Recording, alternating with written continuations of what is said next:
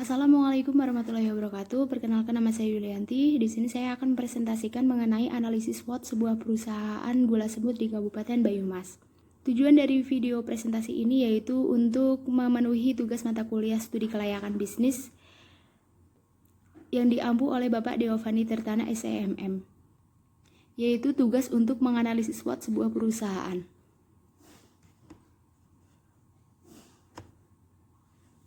Analisis SWOT sendiri merupakan singkatan dari strength, weakness, opportunity, dan threats, di mana dapat diartikan bahwa strength itu adalah kekuatan,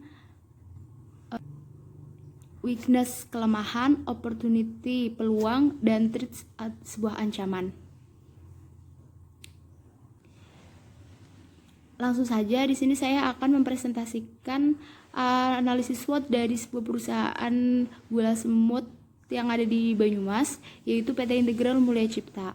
PT Integral Mulia Cipta merupakan perusahaan yang bergerak di bidang pengolahan gula kelapa organik, di mana memanfaatkan para petani di Kabupaten Banyumas untuk memproduksi gula semut. Kemudian produknya akan dibeli, di mana dari perusahaan sendiri tetap melakukan pengawasan, pelatihan, dan pengembangan terhadap kualitas mutu gula kelapa semut organik di Kabupaten Banyumas. Untuk analisis SWOT yang pertama yaitu strength atau kekuatan. Kualitas produk tinggi, di mana para petani menggunakan air nira yang benar-benar jernih untuk membuat gula semut. Apabila air nira itu tidak jernih atau kualitasnya buruk, tidak akan bisa untuk membuat gula semut. Jadi, untuk membuat gula semut itu harus menggunakan air nira yang benar-benar berkualitas baik. Karena saya mengambil referensi dari sebuah jurnal yang berjudul Evaluasi Mutu Gula Kelapa Kristal Gula Semut di Kawasan Home Industri Gula Kelapa di Kabupaten Banyumas, yaitu nilai rata-rata kadar air, kadar bahan larut, kadar gula reduksi, kadar sukrosa, dan kadar gula total gula kelapa kristal di Kabupaten Banyumas atau gula kelapa semut di Kabupaten Banyumas sesuai dengan standar spesifikasi SNI. Dan yang kedua, weakness atau kelemahan.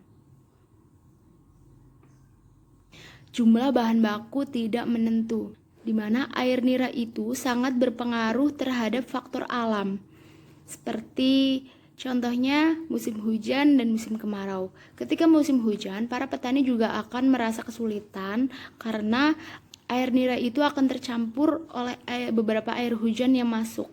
Selain itu juga dipengaruhi oleh kualitas sumber daya manusianya, di mana sumber daya manusia ini adalah pengrajin gula kelapa.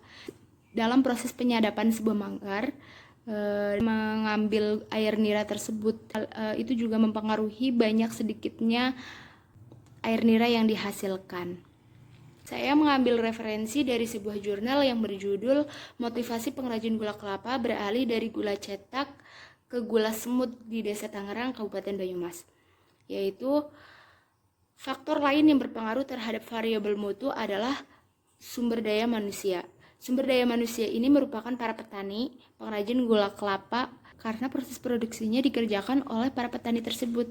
Dan pengetahuan serta keterampilan yang dimiliki pengrajin akan mempengaruhi mutu gula yang dihasilkan. Kemudian yang ketiga, ada opportunity atau peluang. Permintaan konsumen tinggi, di mana produk gula semut organik ini merupakan produk ekspor yang peminatnya juga lumayan banyak. Hal ini dibuktikan dalam sebuah referensi jurnal yang berjudul Motivasi Pengrajin Gula Kelapa Beralih dari Gula Cetak ke Gula Semut di Desa Tangerang, Kabupaten Banyumas, menyebutkan bahwa perkembangan komoditas pengolahan pangan di Kabupaten Banyumas untuk produk gula kelapa menunjukkan perkembangan yang positif. Menurut data dari Dinas Perindustrian dan Perdagangan Kabupaten Banyumas tahun 2020, produksi gula kelapa pada tahun 2018 42.601,13 ton per tahun. Sedangkan pada tahun 2019 jumlah produksi gula cetak yaitu sebesar 31.577,4 ton per tahun. Dan produksi gula semut sendiri yaitu sebesar 16.266,96 ton per tahun, yang dijumlahkan sebesar 47.844. dari jumlah unit usaha sebesar 26.580 pengrajin yang tersebar di 21 kecamatan dari 27 kecamatan.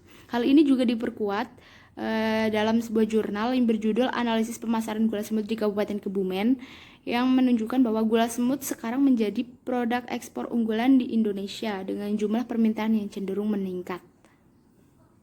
Kemudian yang terakhir, threats atau ancaman, yaitu kompetitor semakin banyak. Diambil dari referensi sebuah jurnal yang berjudul Analisis Pemasaran Gula Semut di Kabupaten Kebumen tahun 2020, dilihat dari aspek teknologi, sangat berpengaruh pada pemrosesan melalui pemanfaatan alat penunjang. Apalagi sekarang banyak yang memanfaatkan digital marketing, menunjang pemasaran gula semut secara online. Demikian presentasi dari saya mengenai analisis SWOT gula semut organik di Kabupaten Banyumas. Wassalamualaikum warahmatullahi wabarakatuh.